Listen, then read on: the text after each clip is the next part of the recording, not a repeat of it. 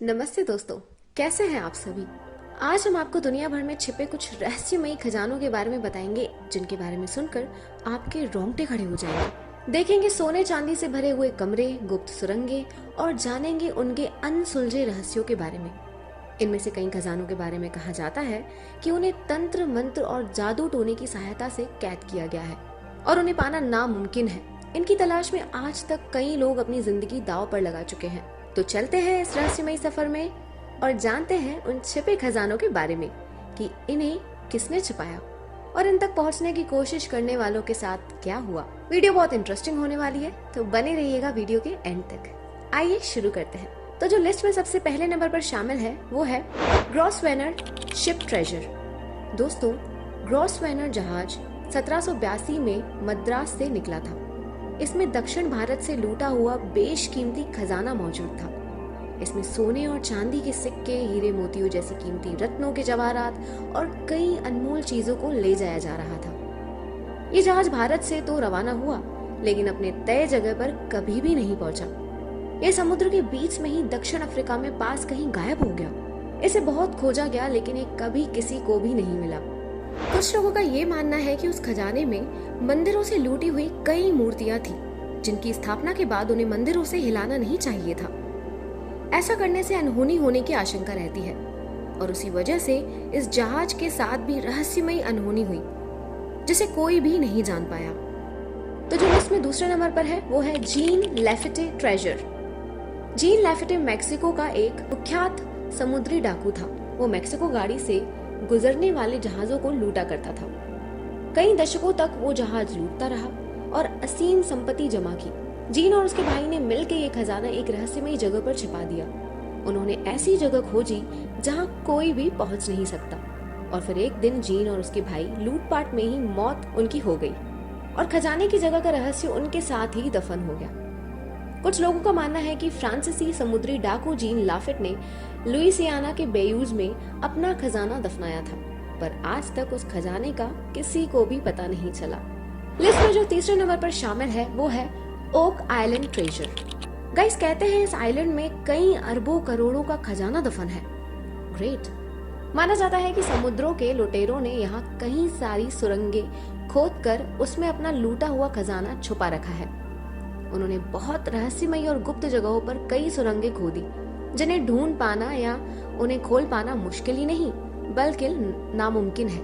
इस खजाने की तलाश में कई लोगों ने अपनी जान भी गंवाई। 1965 में जमीन से जहरीली गैस के रिसाव के कारण कई लोगों की जान गई थी।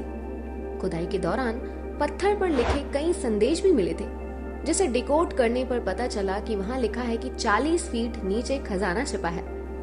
खुदाई जितनी गहरी होती गई, रहस्य उतना ही गहरा होता गया। लगातार पानी भरने और भूस्खलन की वजह से खुदाई मुश्किल ही होती गई।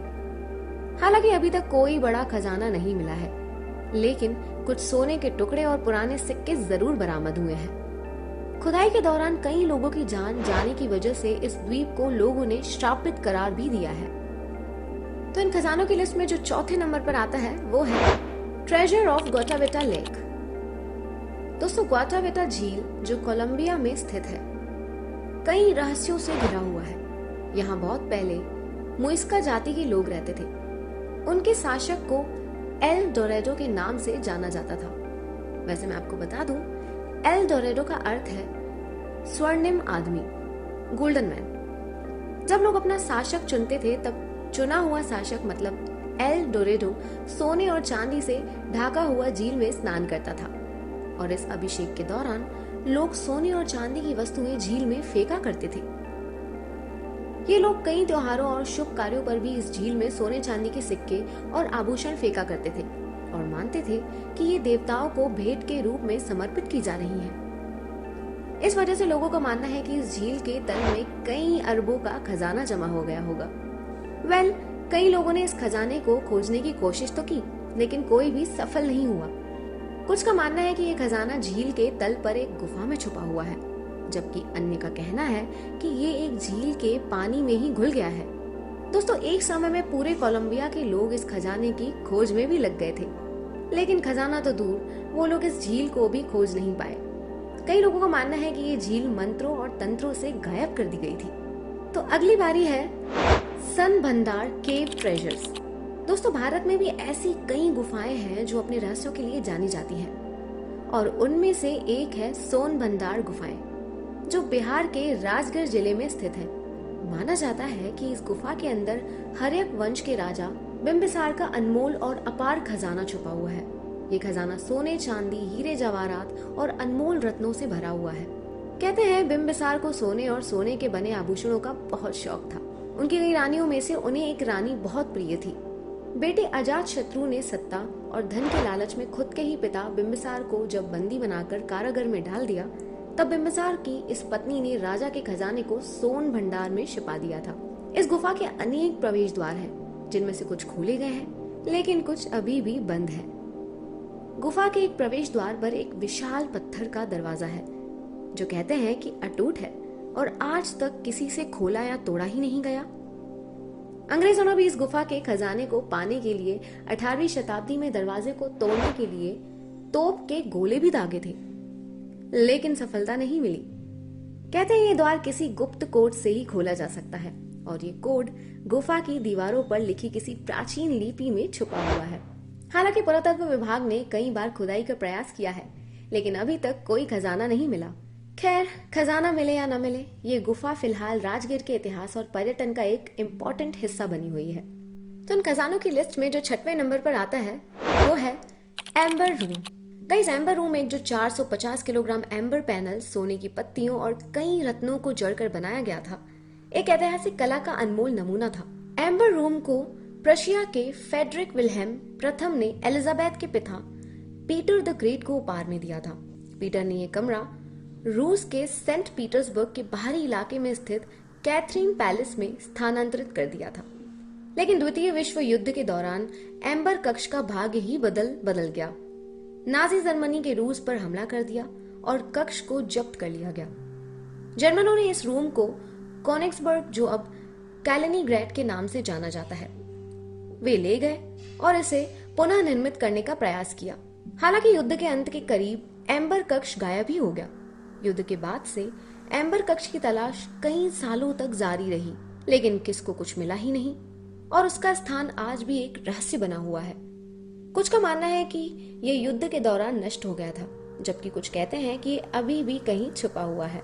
1979 में रूसी अधिकारियों ने मूल डिजाइनों और शेष टुकड़ों का उपयोग करके एम्बर कक्ष का प्रारूप बनाना शुरू किया और फिर 2003 में पुनः निर्मित कक्ष को कैथरीन पैलेस में जनता के लिए खोल दिया गया। बढ़ते हैं अगले खजाने की तरफ, जो है चंगेज खान का खजाना।